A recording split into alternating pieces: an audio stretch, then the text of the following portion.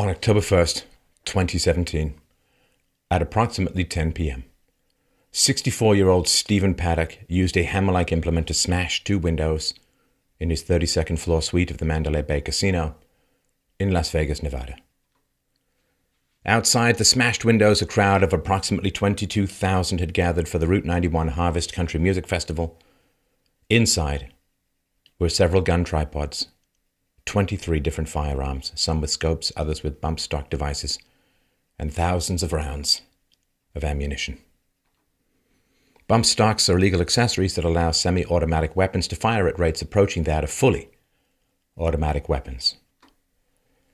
At 10:08 p.m., Las Vegas police reported receiving the first call of shots fired at the Country Music Festival, and 72 minutes later, Paddock was found dead in his room by the responding SWAT team. During those 72 minutes, 59 people were murdered, 527 were injured, and the lives of thousands were irreparably damaged forever as a result of the deadliest mass shooting in modern U.S. history. It only goes to show when seconds count, the police are almost an hour and a quarter away. Here are America's deadliest mass shootings by number of people killed. Modern era Las Vegas, 2017, 59. Pulse nightclub, 2016, 49. Virginia Tech, 2007, 32. I remember doing the video for that too. Newton School, 2012, 27. Luby's Massacre, 1991, 23. San Isidro McDonald, 1984, 21. Austin, Texas, 1966, 16. U.S. Postal Service, 1986, 15. San Bernardino, 2015, 14. And Fort Hood, 2009, 13.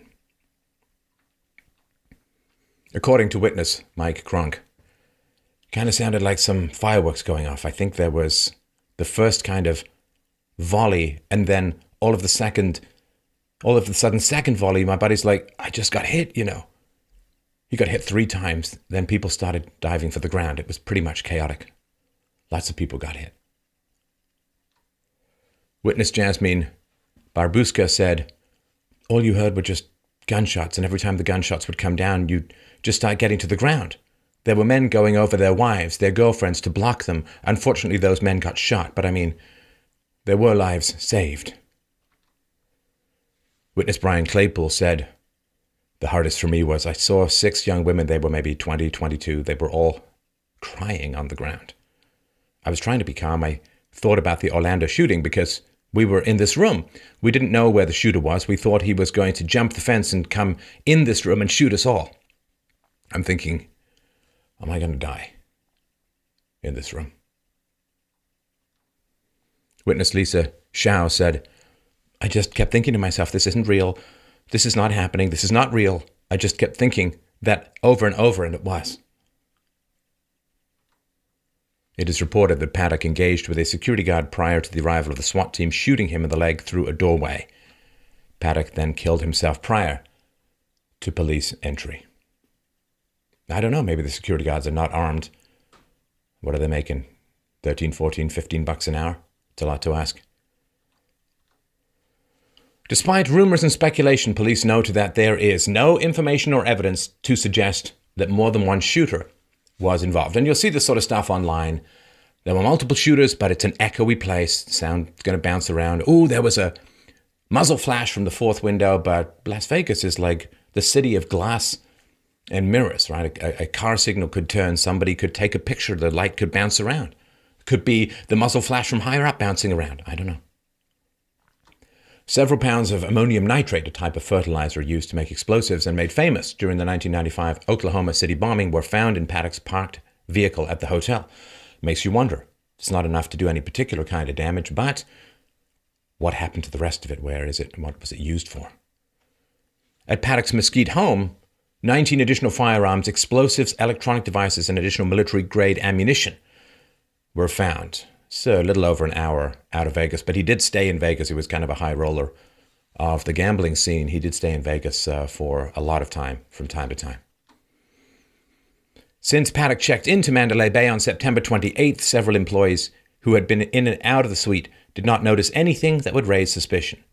People are asking, well, how could he get all this weaponry into a hotel? Well, you put it in your luggage. It's not an airport.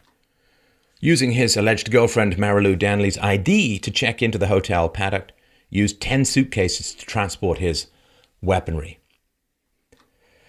Marilu Danley has been described as both Paddock's girlfriend and or roommate and quickly became a person of interest. Police eventually located Danley in the Philippines, where she has been for 2 weeks. And detectives, quote, do not believe she is involved with the shooting. Come on, guys. How do you know? How could you possibly know that? As far as I know, there's not even been a formal interview of this woman, even remotely. How could you possibly know that she was out of town when this went down? It was later claimed that Danley is currently located in Tokyo, Japan.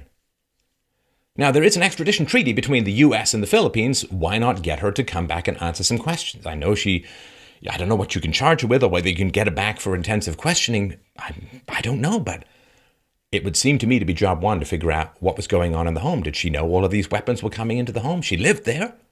Did she have any idea what was going on? Did he have any signs? Did he have any motives? You would want to talk to this woman. Maybe he's part of a network. Maybe she knows something. I don't know. Police have reported that Paddock had no criminal history except for a minor citation. NBC contradicted that widely accepted reporting by claiming Paddock was, quote, known to local law enforcement, but further details are not available. With a reported net worth of more than $2 million, Paddock doesn't fit the profile of the usual mass shooter. An accountant by trade, including a brief stint working for defense contractor Lockheed Martin, Paddock reportedly made his fortune through real estate deals, property management, and an undisclosed business. So this idea, you see, that poverty breeds crime, well, there are some challenges to the theory. Crime breeding poverty, on the other hand, well, Paddock also had an Alaskan hunting license and a private pilot's license and owned 2 planes, but his medical certification was not up to date, and thus he would not have been able to legally fly.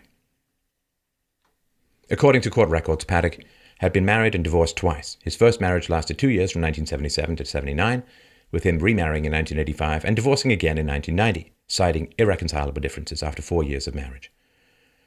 As a divorced retiree, Paddock had no children and plenty of money to play with, so he took up traveling and gambling. According to multiple currency transaction reports, Paddock was a serious gambler, at times gambling $10,000 to $30,000 per day at Las Vegas casinos. Now, that of course doesn't mean he lost that money, that's just the amount of money that was churning or was in play. Investigators have started an investigation into Paddock's gambling habits in their search to uncover a possible motive. I remain skeptical of that. I don't know what the logical chain is between, I have gambling debts, although he seemed to have lots of money. I have gambling debts, so let's shoot up a music festival. According to Paddock's brother, Eric Paddock, quote, it's like a job for him. It's a job where you make money. He was at the hotel for 4 months one time. It was like a second home. It had to be the right machine with double points, and there has to be a contest going on. He won a car one time. He's known. He's a top player. He's the small end of the big fish. So we're not talking Ben Affleck territory, but he was definitely a player of some kind. In 2012, Paddock filed a lawsuit against Cosmopolitan Hotels and Resorts, citing negligence, premises liability, but it was dismissed with prejudice in late 2014. No further details are available. While there has been fierce speculation as to Stephen Paddock's motive in committing the deadliest mass shooting in U.S. history, authorities have yet to provide answers. Former FBI hostage negotiator and behavioral science unit supervisor Clint Van Zandt, just wanted to point out that is a perfect name for the job. He said, my challenge is I don't see any of the classic indicators so far that would suggest, okay, he's on the road either to suicide or homicide or both. He knew what he wanted to do. He knew how he was going to do it, and it doesn't seem like he had any kind of escape plan at all. And this is important when it comes to dealing with these kinds of issues. We want to try and look at root causes, as I talked about in my previous video on this subject. We want to look at root causes, what happens early in life that might lead people down this path.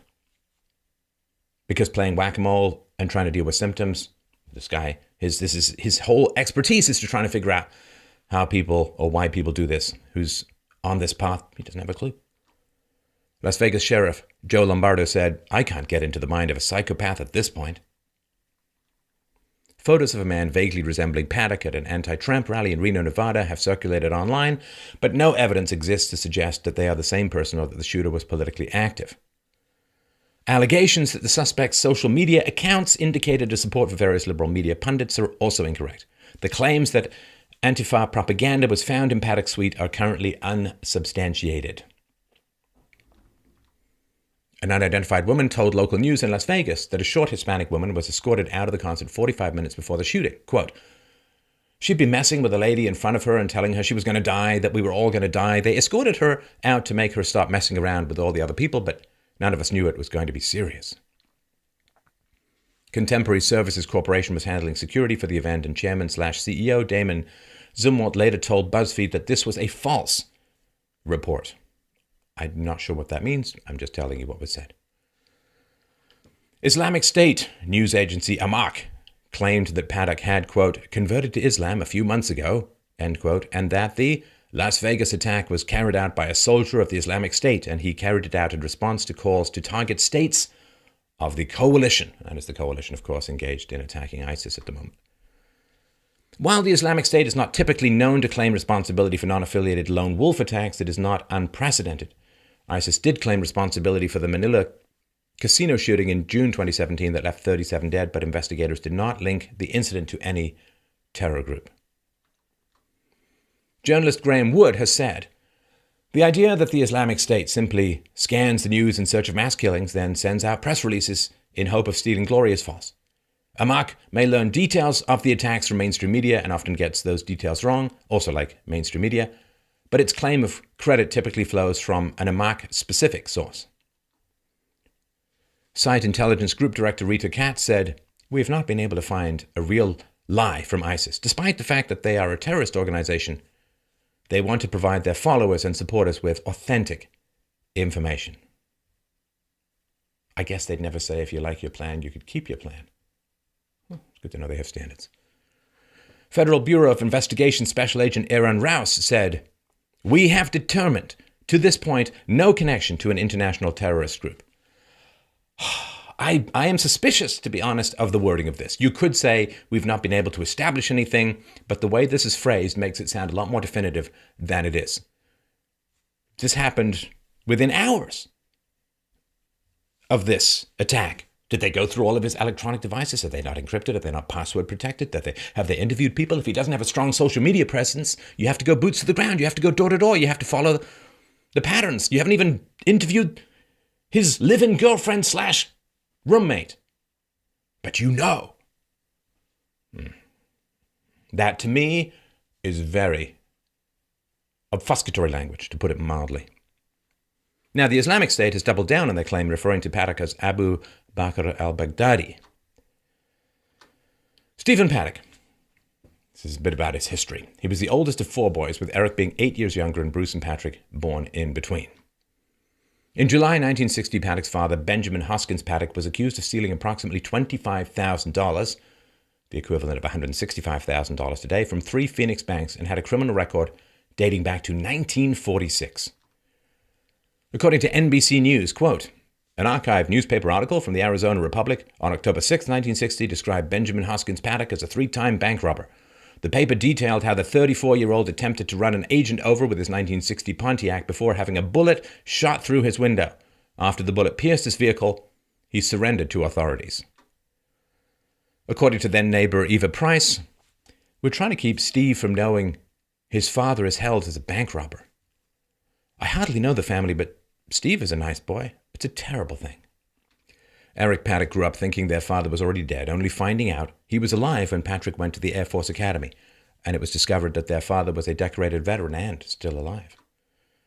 According to brother Eric Paddock, we didn't grow up under his influence. I was born on the run in Tucson. My dad was about to be arrested for robbing banks. So the mom had 4 children with a psychopathic bank robber, a serial con man. Good job, Mom. Way to pick the father for your children. Well, she got away with everything. We'll see about that. On January 5th, 1961, Paddock Sr. was sentenced to 20 years in prison for bank robbery, automobile larceny, and confidence game. On December 31st, 1968, Paddock escaped to the Federal Correction Institution in Latuna, Texas, thus giving rise, many decades later, to MKUltra theories. After escaping from prison, Paddock was placed on the FBI's 10 most wanted list from 1969 to 1977. and the agency warned that he was, quote, diagnosed as psychopathic and, quote, reportedly has suicidal tendencies and should be considered armed and dangerous. FBI, June 1969. Paddock is known as Chrome Dome because of a practice of completely shaving his head. The agency reported he is an avid bridge player and smokes both cigars and cigarettes. They said he eats expensive steak dinners and is a frequent gambler. Bad enough about genetics. After escaping, Paddock robbed a San Francisco bank and moved to the Eugene-Springfield area, where he became a bingo parlor manager and lived under a fake identity until he was arrested in 1978. Shockingly, Paddock was paroled only a year later and returned to his bingo business. So just look at this. Just astonishing. 1961, he's sentenced to 20 years. That would kick him out in 1981. He's arrested in 1978 and paroled a year later. He served less time for escaping and robbing another bank than if he'd just stayed in prison.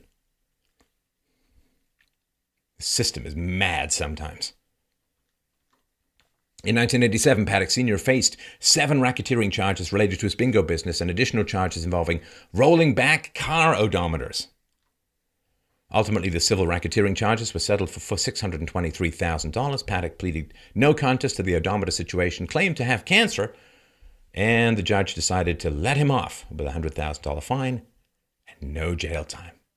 I got to tell you this, the man is known to be a con man, and I got to tell you, if you can con a judge by saying you have cancer, didn't really seem to have cancer, lived for quite some time after, but if you can con a judge into letting you off when the judge already knows you're a con man, you're terrifyingly good at your job.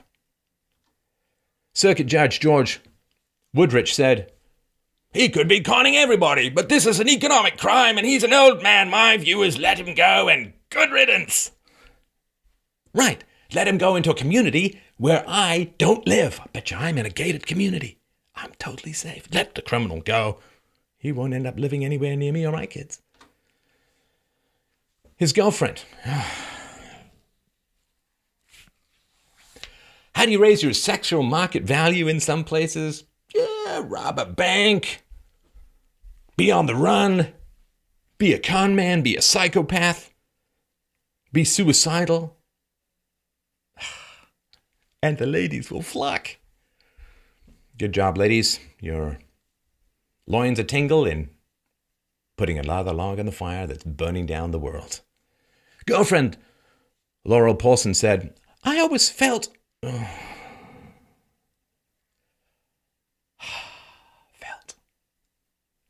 Not just a soft fabric, it's the end of us all. "I always felt he spent his whole life trying to atone for his past. He really was an absolute soft touch and often gave away money when he didn't have a lot. He was a man that people either loved or hated. He always said he was a dinosaur." Yeah, Laurel, that means cold-blooded. You know that, right? So this woman likes him because he gives money away. I wonder if he gave any to her. I wonder what that might mean. Paddock died in January 1998. At 77 years old. Well, it's 11 years after he claimed to have cancer. Just saying. According to brother Eric Paddock, regarding the shooter, back to the shooter here. He said, "He's my brother. We don't have a very close relationship, but we talk occasionally. There's no rhyme or reason here. It makes no sense. When you get a phone call that says your brother just killed a bunch of people, this is not..." We're shocked, horrified, completely dumbfounded about this. There's absolutely no way I could conceive that my brother would shoot a bunch of people that he didn't know. Oh, man. Let me just break character here for a second. There's no way my brother would shoot a bunch of people that he didn't know? Oh, so if he knew them? I can't believe that Stephen was without friends. He went on to say, "Something just incredibly wrong happened to my brother. He was just a guy. Something happened. He snapped or something. He was just a guy. He has no political affiliation, no religious affiliation, as far as we know. This wasn't a terror attack. He's not an avid gun guy at all. The fact that he had those kinds of weapons is just, where the hell did he get automatic weapons? He doesn't have a military background or anything like that. When you find out about him, like I said, he's just a guy who lived in Mesquite, who drove down and gambled in Las Vegas, and he did stuff, eat burritos. And when asked if Marilu Danley was his brother's girlfriend, he said, "Yes, Marilu, that's While I was on the phone with the cops, we were worried he might have hurt her too. They might have got married, but I don't think they are married. It's just his girlfriend. So this guy says, yeah, no political or religious affiliations, but he doesn't even know if his brother's married or not. It's not close. Come on. He said, regarding Marilu, she has nothing to do with this, at least from my perspective. Our family is okay. We're sitting in here in our house hoping that everyone doesn't attack us. My mother is 90 years old, lives down the street from me. We're just completely dumbfounded. You can imagine how this is affecting her. White knighting. So the woman who had a bunch of children with a psychopath, well, is much loved by her children. I'm sure that doesn't warp values or morals at all. The brother said, if you told me an asteroid fell into Earth, it would mean the same to me. Chilly, he went on to say. There's absolutely no sense, no reason he did this. He's just a guy who played video poker and took cruises and ate burritos at Taco Bell. There's no political affiliation that we know of. There's no religious affiliation that we know of. But you don't even know if he's married.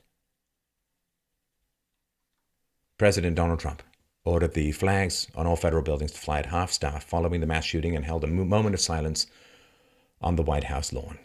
In positive news, blood banks received so many donations that they were even encouraging would-be donors to delay their visits due to the abundance of supply.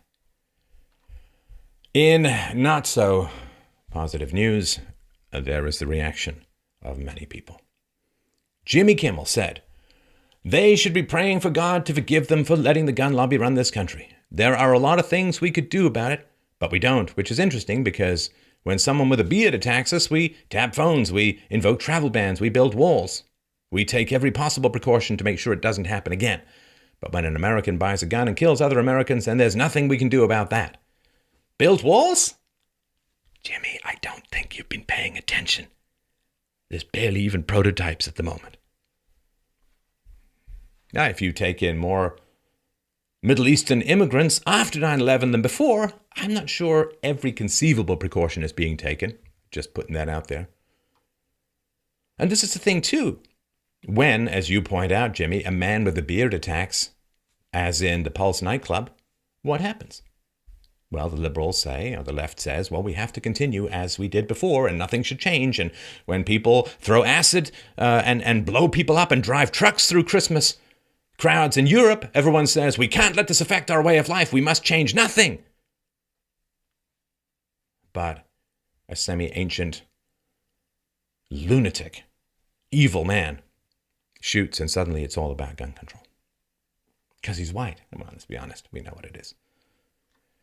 Richard Dawkins said, now, the man's had a stroke, so a tiny bit of leeway maybe. He tweeted this, darn tootin', great shootin', cool dude, certain he's Second Amendment rights, hell yeah, every country has its psychopaths, in U.S. they have guns. I don't know, Richard Dawkins doesn't like guns, but I'm not sure where he feels a good portion of his salary came from when he was working for a state-funded university and how that money was collected. They don't ask, just putting it out there. Senator Ben Cardin said, we must act. Automatic weapons aren't needed to hunt deer or ducks. They're meant to kill people, and they do far too often in this country. Ben, I wonder, just, perhaps you could answer me this in the comments below. If you say they do is far too often, what is the right amount of often? Just wondering. Joe Biden said, appalled by the senseless loss of life in Las Vegas. Jill and I hold all these affected and grieving in our hearts. How long do we let gun violence tear families apart? Enough. Congress and the White House should act now to save lives. There's no excuse for inaction. Yeah, it's hard to go to the government when people are well armed, isn't it, Joe? It's a bit of a challenge. The left love no-fault divorce. They love these family-shredding divorce courts. I wonder if they were concerned that Hillary tore families apart by destroying Middle Eastern countries on a regular basis. But now it's all about the families. When you put the welfare state in, liberals, the black family was pretty much destroyed. Do you feel like getting rid of the welfare state so the black family can reintegrate and heal itself? No. You don't care about families. You care about power. Guns are in the way. I get it. Ben Rhodes said, "We have spent trillions of dollars fighting wars to prevent acts of terrorism. We could save far more lives with rational gun restrictions." Democracy for America said, and I'm sorry to repeat this, but this is what they said. They said, "The NRA is unrepentant. They and their allies in Congress don't think there's anything wrong with what happened in Las Vegas last night." Gotta read that again. They said, they and their allies in Congress don't think there's anything wrong with what happened in Las Vegas last night. In fact, they are doubling down in support of laws that enable white men like Stephen Paddock to use guns to terrorize their families and communities. Right. There's been a lot of this floating around. More in danger from white terrorists than from Muslim terrorism. Well, only if you start the clock on September 12th, 2001. If you take out 9/11, well... See, now this is interesting. By bringing race into this, fascinating. A lot of the liberals are bringing race into this. He's white, he's white, he's white. There's a crime, there's a crime, there's a crime. Wow. That is a pretty interesting opening, and I appreciate the opportunity. I really think we should sit down and talk about correlations between race and crime. That would be quite fascinating. You guys have opened the door. All that happens now is the data walks through. Hillary Clinton said, "Las Vegas, we are grieving with you, the victims, those who lost loved ones, the responders, and all affected by this cold-blooded massacre. The crowd fled at the sound of gunshots. Imagine the deaths if the shooter had a silencer, which the NRA wants to make easier to get. Our grief isn't enough. We can and must put politics aside, stand up to the NRA, and work together to try to stop this from happening again." I don't even know what to say. I can make a Jackie Chan face. We must put politics aside and stand up to the NRA. It's the same sentence. The comma doesn't make it a different planet. It's the same sentence. They don't even notice. Let's go north-south. Now, Clinton is vaguely referring to the Hearing Protection Act sponsored by South Carolina Representative Jeff Duncan, which would allow for more individuals to purchase silencers protecting the hearing of avid shooters. The failed presidential candidate's assumption that the use of silencers could have made the Las Vegas shooting worse have been rebutted by mainstream outlets, and all with cursory knowledge of the technology. Washington Post said, Clinton and others appear to be assuming that silencers, or suppressors as they're known in the industry, work the way that they do in the movies. Screw a little barrel on the end of your pistol and you can run through enemy headquarters picking off bad guys with no more audio footprint than a little zip, Asymmetric Solutions firearm training firm director of development Thomas Satterley said, a suppressor wouldn't have stopped anyone from doing what they did and definitely wouldn't have hidden the noise of the gunfire. Back in the day, when we had silencers, you could screw a brand new silencer on a weapon and maybe the first 2 rounds were really suppressed. Once you shoot the baffles out, the sound is almost the same.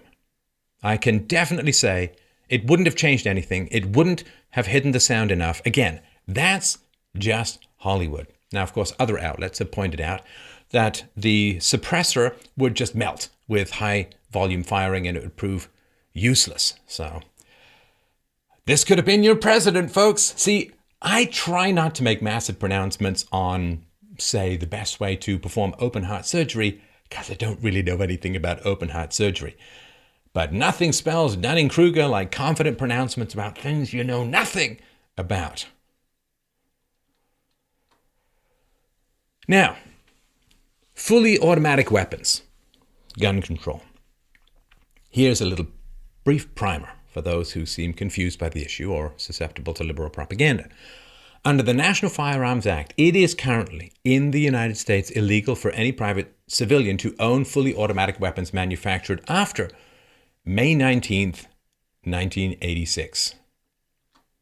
According to the Bureau of Alcohol, Tobacco, Firearms, and Explosives, it is even legal to make replacement parts for pre-1986 machine guns. Quote, there is no exception allowing for the lawful production, transfer, possession, or use of a post-May 18th, 1986 machine gun receiver as a replacement receiver on a weapon produced prior to May 19th, 1986. So these are kind of old weapons now, decades and decades old, no replacement parts, they're collector's items, they're under glass, I would assume. For the most part, they are Bugsy Malone style guns. Now, the process involved in even obtaining a pre-1986 machine gun is incredibly extensive, costly, time-consuming, and the weapons themselves are typically well north of $10,000 in cost to buy. The Federalist co-founder Sean Davis has said, fully automatic weapons are highly regulated under both federal and state law. Only licensed entities are permitted to manufacture, sell, or own them. Private civilian ownership of machine guns is illegal unless the individual has been explicitly permitted by the federal ATF to own them. All fully automatic weapons must be registered with the federal government in a central registry with no exceptions. A special tax is levied on all NFA items, machine guns, suppressors, short-barreled rifles, short-barreled shotguns, and destructive devices with no exceptions. So, if this guy modified, if he got it some other way, the law did not prevent him. So more laws is a fool's response to a situation where the law has already been broken.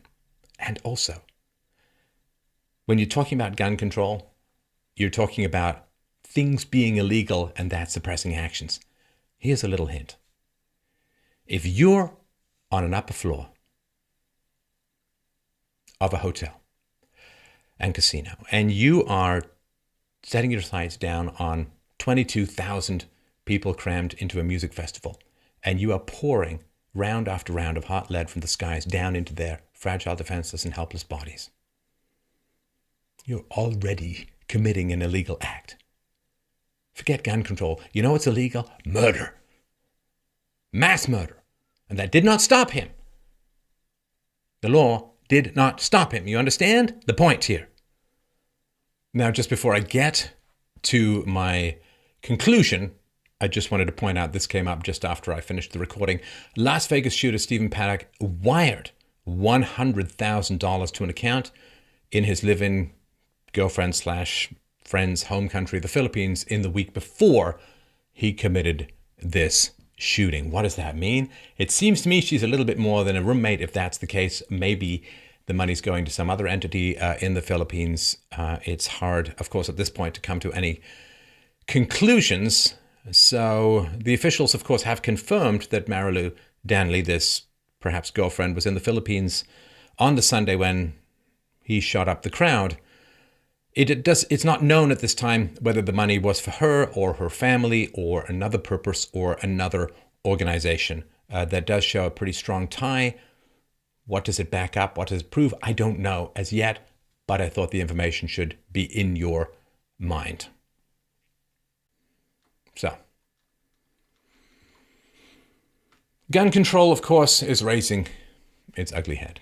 Now, I've got a whole presentation, The Truth About Gun Control. We'll link to it below. You really should check it out. But there is no such thing as gun control. Gun control is a magic phrase invented to hide the truth. Here's the reality. I said this years ago. I'm going to say it again verbatim. If you are for gun control, then you are not against guns, because the guns will be needed to disarm people. So it's not that you're anti-gun. You'll need the police's guns to take away other people's guns. So you're very pro-gun. You just believe that only the government, which is of course so reliable, honest, moral, and virtuous, should be allowed to have guns. There is no such thing as gun control. There is only centralizing gun ownership in the hands of a small political elite and their minions. The idea that more guns equals more crime, it's like an IQ test. It's like an intelligence test. You just have to look up a basic chart. Per capita, gun murders in the US are far lower than many other countries. And gun ownership since the 1990s has been going up significantly in the United States, and up until the Ferguson effect driven by the liberal media, violent crime was going down. Gun ownership going up, violent crime going down. Now that has reversed as a result of the Michael Brown hands up, don't shoot, race baiting narrative of the mainstream media, which actually started earlier. It started all the way back with Rodney King and escalated, of course, in a variety of other incidents, Trayvon Martin included. So this is an important thing to understand. You cannot continue to escalate control over the citizenry and deal with all of these issues and their root causes. I don't know what the root cause is. This still remains to be examined. Let's say he was programmed by ISIS. Let's say he was done. Who knows? Maybe the Antifa thing. I don't know. But I will say this, which I have said before. Whatever he did and why ever he did it, his childhood did not help. I'll tell you one other thing. The psychopathic, con man, armed robbery father was rightly recognized as immoral and evil. The mother who had children after children after children with this man seems to be honored and venerated in her old age. That is a disparity which is not healthy, in my view, at all. Lack of moral clarity regarding women, regarding male disposability, all these men draping themselves on unknown women's bodies and getting themselves shot up. I don't see any particular feminist academics pointing out how cowardly the women were, that they should have been draping themselves on men's bodies, because otherwise they're just tools of the patriarchy. It's not going to happen. Less equality in protecting other people. What was the one guy is like, oh, I'm just got to strategize. Is the guy coming in? What's going on? What are the women doing? They're curled up on the ground crying. Or another guy strategizing, finger, well, where's the guy coming from? You see the guy giving the finger, trying to figure out, holding the beer. Cassandra, don't. He's giving the finger to the shooter. And what's the woman doing? One of the reported women is standing there with her hands, I assume metaphorically, over her ears, maybe for real, saying, this is not real, this is not real, this is not real, this is not happening. Not helpful. The answer to violence is the improvement of childhood. The answer to violence is the improvement of childhood. A comment was made on the video that I put out about this yesterday. It struck me. I'm paraphrasing. And a guy wrote and said I was a corrections officer in the 70s and the 80s. And I was responsible for reading the letters that the prisoners wrote, make sure that they weren't coded signals for criminal activity or something. And I'll never forget, I read one letter that a criminal wrote to his mother, and he said, I wouldn't even be here if you'd lifted a finger to stop Dad and his friends raping me throughout my childhood. Male evil is pretty clear and visible and evident to us. It is the sun in the sky. Can't miss it. Female evil, female collusion with evil, female breeding with evil. It's a little bit like the moon behind a tree, a little harder to see. We must see it. We must hold women accountable for their reproductive decisions. It does not make them criminal, but it makes them the enablers and the breeders of criminals. And since personality has significantly genetic elements, reproduction with evil can be a form of civilization-ending bioweaponry that only the women fundamentally can control.